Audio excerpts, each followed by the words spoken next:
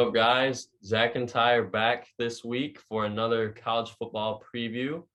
Um, Last week we had some ups and downs in our picks. We weren't perfect, but as you can see here, Ty beat me by 2 games last week. He's ahead of me by 2 games going into this week. And Ty, you want to talk about the Ohio State game? I'd love to. So going into that, I remember talking last week saying 14.5 might not have been enough points for Ohio State, but obviously I was very wrong on that. I was really impressed with Oregon, especially after they didn't look that great week 1, but gotta tip your hat to them. CJ Verdell, the running back, had a great game, and they were able to stop CJ Stroud through the air. So big win for them. I'm going to touch on the Notre Dame game. They really had to squeak one out against a really tough Toledo team. After seeing Toledo, they're odds-on favorite to win the MAC, I'm assuming. And Notre Dame, they got a few tough tests coming up as well. So hopefully they can pull that out and be the team everyone wants to be. And also, I took Colorado last week, and they almost squeaked out a victory against Texas A&M. It was a low-scoring affair, but at the end, just too many mistakes by Colorado, and they prevailed. Yeah, I thought Texas A&M would run away with that one, but their quarterback did get hurt too. And then the Iowa State game, I had a lot of faith in Iowa State to finally beat them, but I guess it's like Michigan. It's just not going to happen in that rivalry. Mm-hmm. And then, obviously, we both took Michigan as we're both Michigan fans. And, I didn't think it would be that much of a blowout, honestly. Watching on TV, it probably looked a lot more dominant than you, because I know you were at the game. Do you want to talk about like how it looked at the game? I mean, it was dominant for sure, but I think a lot of it is Washington is nowhere near as good as people were giving credit for at the beginning of the season. I think their offense is pretty bad, and I could see them maybe not even making a bowl game this year, but they will win a few games with their defense, but they're just not going to score a lot of points. So for the first game here, we're going to start at the 12 o'clock on Saturday. You got an old school rivalry here in Nebraska and Oklahoma, but in today's world, it's nowhere near a rivalry. Oklahoma should dominate this game. They're favored by 22. Spencer Rattler will just tear through this Nebraska defense. I just don't see any competition here, and I'm assuming you're the same way on that. Yep, should be a big game for Rattler. Seeing Nebraska lose to Illinois was all I really needed to see for this one. All right, this is all you here for your Broncos. Yeah, I wanted to pull the trigger, but I just couldn't. Pittsburgh actually has looked pretty good in their first 2 games, winning at Tennessee last week. So maybe they have a bit of a letdown here, but it won't be enough for Western to hang with them. I think Pittsburgh is going to put up a lot of points in this one. I honestly, watching Texas A&M last week, the quarterback getting hurt. If I was a bettor, I would definitely take New Mexico and the points. 29.5 is a lot, and they're taking that. The over under is 50.5. So they're pretty much already given 30, and then I don't know how the over and under is so low if they're giving them 30. But obviously you and me are both taking Texas A&M here. They should win this game, but I don't think they'll win by 30 or more. What about you? Yeah, it'll be interesting to see how their new quarterback comes out and plays. But yeah, 29.5 is a lot of points. New Mexico is 2-0, but both of their wins have been against 2 very low caliber teams. But still, I mean, it's a new quarterback for A&M. All right, I'll start it on this game. I'm taking the upset pick here in Indiana over Cincinnati. I think they're 2-0 actually. I believe that Indiana and Michael Penix will finally, put it all together for a great game, as they showed last year before he got hurt. The line is only 4 for Cincinnati, so they're projecting a close game, and I think it will be a close game, and that's why I'm taking Indiana just because it's a Big Ten team and they're at home. Why are you taking Cincinnati here? This was a really hard one for me, but Cincinnati, a lot of their fans complained last year that they didn't make the playoff, and a lot of that was because of their schedule. So this is a game that they have to win. This is the one they've wanted on their schedule for many years. They're also going to play Notre Dame this year, so two must-win games. So I think this is one of their biggest games they've had in a long time. So I think they're going to play pretty well. And Indiana, the way they played against Iowa, just kind of made me lean towards Cincinnati in this one. Will be close though. So both of us Michigan fans, both of us don't really need to say much about this one. NIU is already 1-1 this year in the MAC, and Michigan's 2-0. They're gonna run the ball again, as Michigan always does. Probably a lot. What do you think about the line though? Is that too much, or is that pretty good? I think it's pretty solid. Northern Illinois is they beat Georgia Tech in their first game, so they can play a little bit. They have Rocky Lombardi at quarterback, so that should ring a bell for some Michigan fans. But I think 27.5 is about right for this one. Michigan's just going to run the ball and run the ball some more. All right, here we are to disagree again. I'm actually taking West Virginia. They are favored against the 15th ranked Virginia Tech Hokies. I was kind of surprised seeing that West Virginia's favored here. I would say mostly just because it's kind of a little bit of a rivalry, and they are at home. That's why I'm assuming they're favored. But why are you taking Virginia Tech here? This was a tough one again. I actually started by picking West Virginia and went back the other way.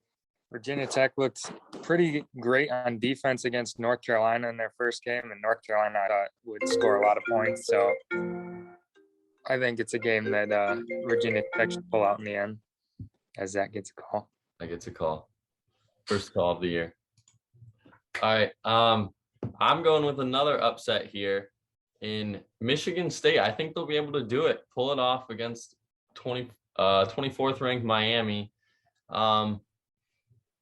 I think Miami I don't know what Miami you're going to get from them. And State has looked pretty dominant this year. I know they obviously played a not really good team last week, but, they still put up 42.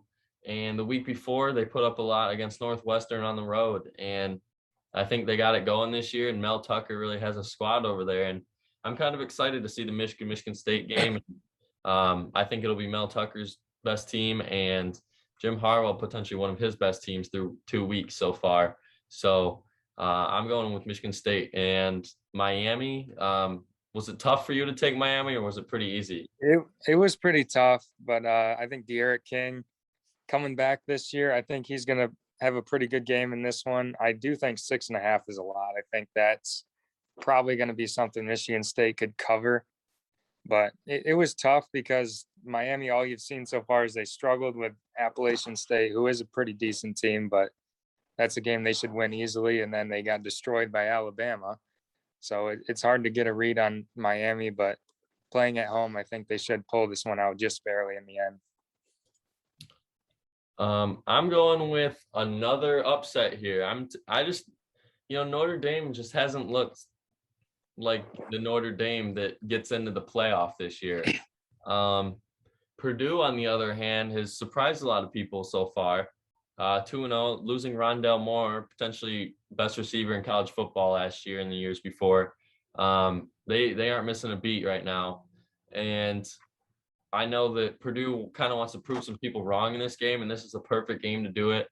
But from Notre Dame's side, I think it's a trap game for them as well, because they got Cincinnati coming up here in a few weeks, and I think they could be potentially looking over this game, over a good Big Ten Boilermaker squad. And what they showed last week and against Florida State just really didn't solidify me here in taking Notre Dame, so that's why I picked Purdue. But obviously you have a different thought here because you're taking Notre Dame. Yeah, I don't hate the Purdue pick because obviously Notre Dame has not impressed their first 2 games. Florida State, that seemed like a big road win, and then Florida State turns around and loses to Jacksonville State. So, I mean, this is more about Purdue for me. I don't see a lot coming out of Purdue this year. They beat Oregon State their first game, but not sure how big of a win that is. So I think Notre Dame's going to pull it out, but I do think they'll lose 3 or 4 games this year. All right. We don't really need to talk much about this one because, it's Alabama football here with Bryce Young.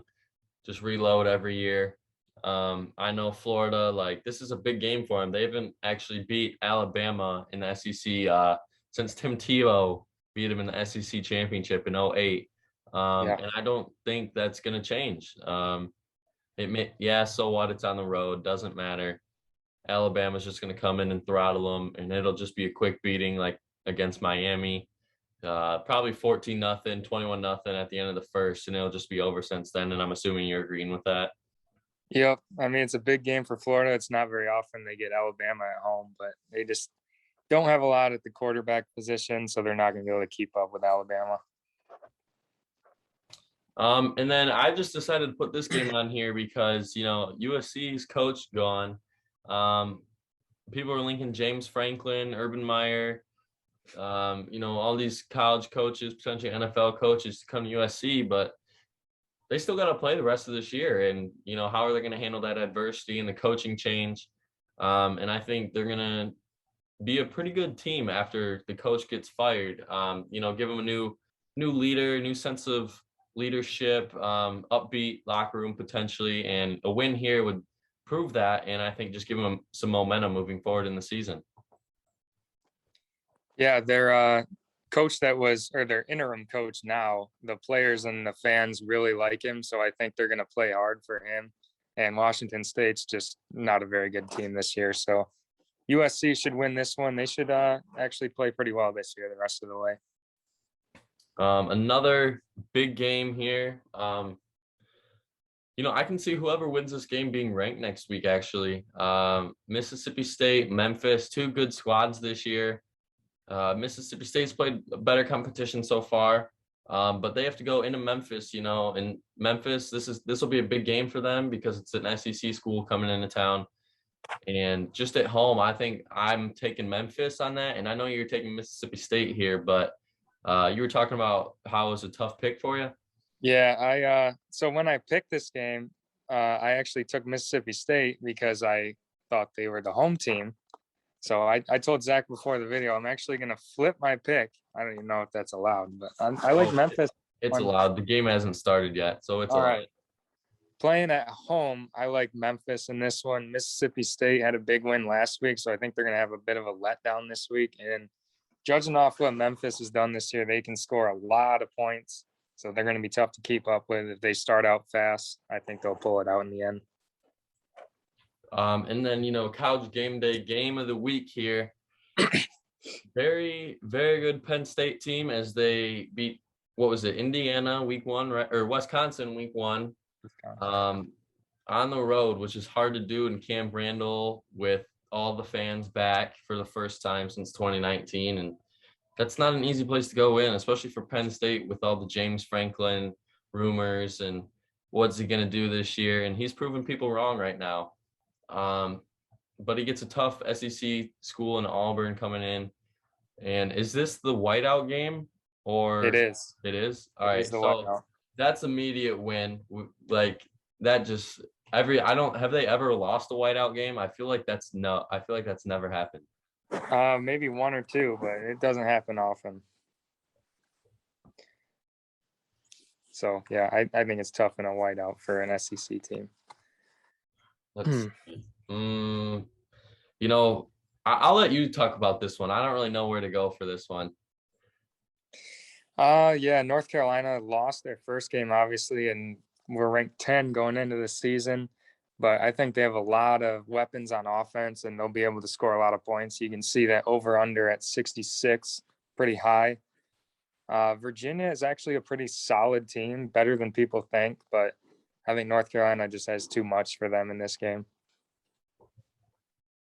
I'm going with Virginia here in just a surprise pick because I think Sam Howell is the most overrated quarterback in college football.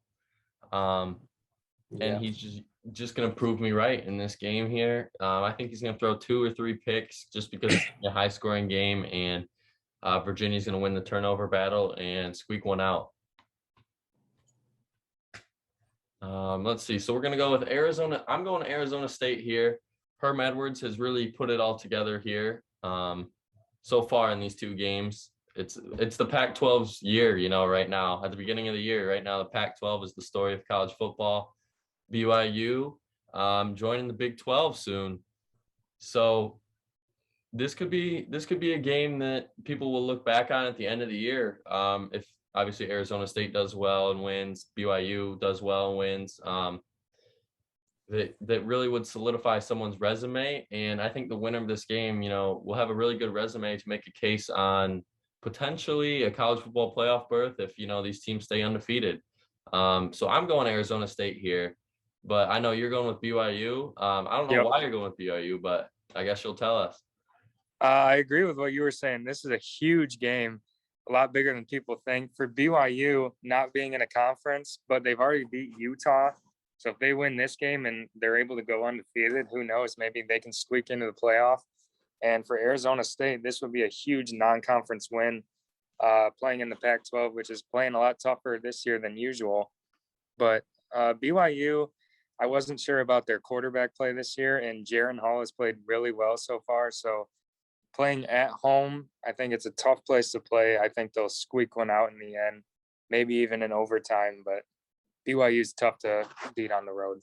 In a hot take here, this is why I am super happy about the 12-team playoff, because you have a team, like BYU, where they could win this game, not in this conference yet, obviously, and they could squeak in, maybe be like a 10 seed, play the 6 seed or the 7 seed, and then win to go play one of the top 4 teams. Like, you never know what can happen. That's why college sports is so entertaining to watch. Everybody loves March Madness, obviously, and I think football is trying to replicate something like that. So, to get more teams involved and get a bigger audience to go to these college football playoff games.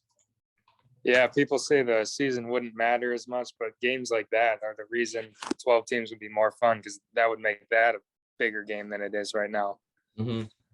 So for our last game here, we're both going with UCLA, but this Fresno State team has a quarterback with the most passing touchdowns so far through technically week 3, but it's going to be week 3. But UCLA with Zach Charbonnet, the Michigan transfer, has looked excellent. Chip Kelly has really put together a great team over there. And in the previous videos, I've been saying that UCLA is potentially a top 10 team in my overreactions. And right now I'm looking pretty good. Is there anything you want to say about the UCLA Bruins? Well, I'd say there might be some people looking at this line and drooling over it, just hammering UCLA, but I would be careful with that. Fresno State lost to Oregon by 7 at Oregon. So they are a pretty solid team, but like you said, UCLA looks pretty good so far, beating LSU already. So I don't think they'll have any trouble with this one. But that'll be the end of the video today. Make sure to like, comment, subscribe. Check out our Instagram and Twitter. Once again, thanks for watching, and the Bench Buddies are out.